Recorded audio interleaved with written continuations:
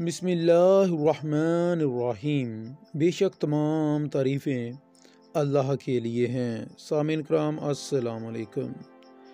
ناظرین کرام، حضرت عثمان غنی رضی اللہ تعالیٰ عنہ اور غزوہ بدر کا واقعہ یہ دیکھیں گے آپ آج کی اس ویڈیو میں۔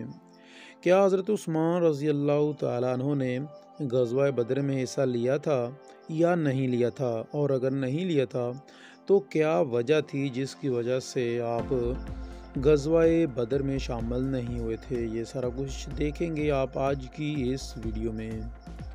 تو سامعین کرام، اس سے پہلے کہ ہم ویڈیو کا باقاعدہ آغاز کریں، میں اپنے سامعین کرام سے گزارش کروں گا کہ جو لوگ ہمارے چینل کی ویڈیو کو پہلی بار دیکھ رہے ہیں وہ اس چینل کو سبسکرائب کر کے ساتھ موجود گھنٹی کے نشان کو دبا دیں تاکہ آپ لوگوں کو ہماری ڈیلی نئی آنے والی ویڈیو کا نوٹیفیکیشن مل سکے، آپ ہماری ویڈیو کو بر وقت دیکھ سکیں۔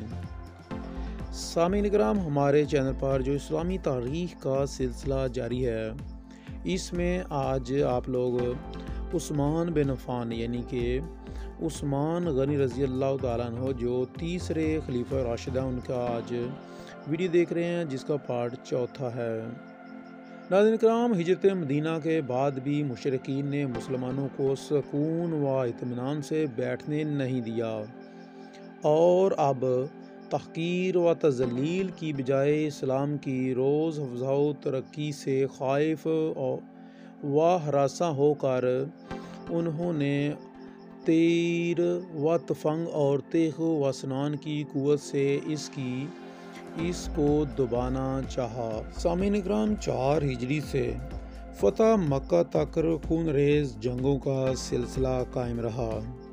اگرچہ حضرت عثمان رضی اللہ تعالیٰ عنہ فطرتاً سپاہانی کاموں کے لیے پیدا نہیں ہوئے تھے، یعنی کہ وہ جنگوں و جدل سے بالکل پاک رہتے تھے، جھگڑے وغیرہ سے، تاہم وہ اپنے محبوب ہادی نبی کریم صلی اللہ علیہ وسلم کے جانثار اور وفاداری میں کسی سے بھی پیچھے نہیں رہتے تھے۔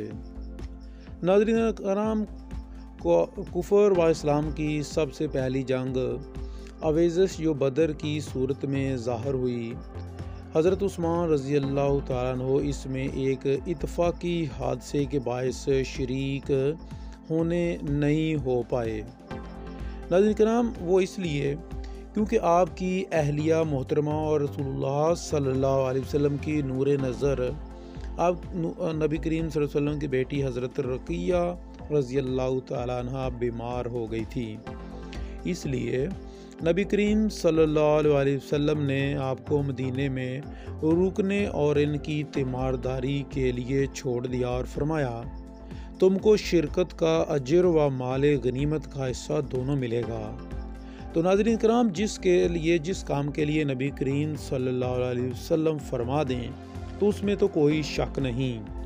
لہٰذا عثمان رضی اللہ تعالیٰ عنہ نے اگرچہ جنگ بدر میں حصہ نہیں لیا، لیکن نبی کریم صلی اللہ علیہ وسلم نے فرما دیا تو اس کا یقیناً ان کو لازمی ہے کہ ان کو اتنا ہی ثواب ملا ہوگا جتنا جنگ بدر میں شامل ہونے والے صحابہ کو ملا ہوگا۔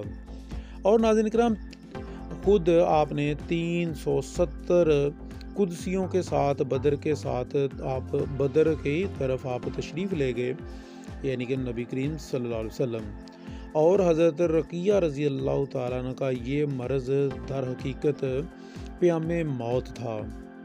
غمسار شوہر کی جان فشانی و تندہی سب کچھ کر سکتی تھی، لیکن قضاء الہی کیوں کر رد کرتی؟ مرض روز بروز بڑھتا گیا، یہاں تک کہ آپ صلی اللہ علیہ وسلم کی غیر حاضری میں ہی چند روز بعد آپ وفات پا گئی۔ انا للہ و انا الیہ راجعون۔ حضرت عثمان رضی اللہ تعالیٰ عنہ اور حضرت اسامہ بن زید رضی اللہ تعالیٰ عنہ اس ملکہ جنت کی تجہیز و تکفین میں مشغول تھے کہ نعرہ تکبیر کی صدائیں آئیں۔ دیکھا تو حضرت زید بن حارث سرور کائنات صلی اللہ علیہ وسلم کے ناکوں پر سوار فتح بدر کا مرصادہ لے کر آ رہے تھے، محبوب بیوی، اور وہ بھی رسول اللہ صلی اللہ علیہ وسلم کی نور نظر کی وفات کا سانیہ کوئی معمولی سانیہ نہ تھا۔ اس حادثے کے بعد حضرت عثمان رضی اللہ تعالیٰ عنہ ہمیشہ افسردہ خاطر رہتے تھے۔ کچھ اسلام کی پہلے امتحان گاہ بدر سے محرومی کا بھی افسوس تھا، اور حضرت عمر رضی اللہ تعالیٰ عنہ نے ایک دفعہ ہمدردی کے طور پر کہا کہ جو ہونا تھا وہ ہو گیا، اب اس قدر رنج و غم سے کیا فائدہ؟ تو حضرت عثمان رضی اللہ تعالیٰ عنہ نے کہا کہ افسوس، میں جس قدر اپنی محرومی قسمت پر ماتم کروں یہ کم ہے، کیونکہ رسول اللہ صلی اللہ علیہ وسلم نے فرمایا تھا کہ قیامت کے دن میری قربت کے سوا تمام قربت داریاں منقطع ہو جائیں گی۔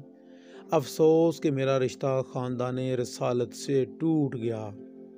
ناظرین اکرام، نبی کریم صلی اللہ علیہ وسلم نے ان کی دل داہی فرمائی، اور چونکہ ان کو خود رسول اللہ صلی اللہ علیہ وسلم نے اپنی صاحبزادی کی تیمارداری کے لیے چھوڑ دیا تھا، جس کے باعث وہ بدر میں شریک نہ ہو سکے تھے، اس لیے آپ صلی اللہ علیہ وآلہ وسلم نے ان کو بھی مجاہد قرار دیا، اور بدر کے مال غنیمت میں سے ایک مجاہد کے برابر ان کو بھی حصہ عنایت فرمایا، اور بشارت دی کہ وہ اجر و ثواب میں بھی کسی سے کم نہیں رہیں گے۔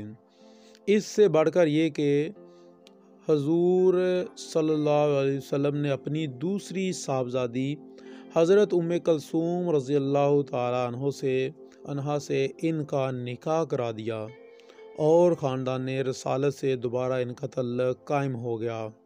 غزوہ بدر کے بعد اور جس قدر معرکے پیش آئے، سب میں حضرت عثمان رضی اللہ تعالیٰ عنہ بہت ہی پامردگی، بہت ہی جوان مردگی اور استقلال اور مردانہ شجاعت کے ساتھ نبی کریم صلی اللہ علیہ وسلم کے ہم رکاب رہے، اور ہر موقع پر اپنی اثبات رائے اور جوش و ثبات کے ساتھ کے باعث آپ صلی اللہ علیہ وسلم کے دست و بازو ثابت ہوئے۔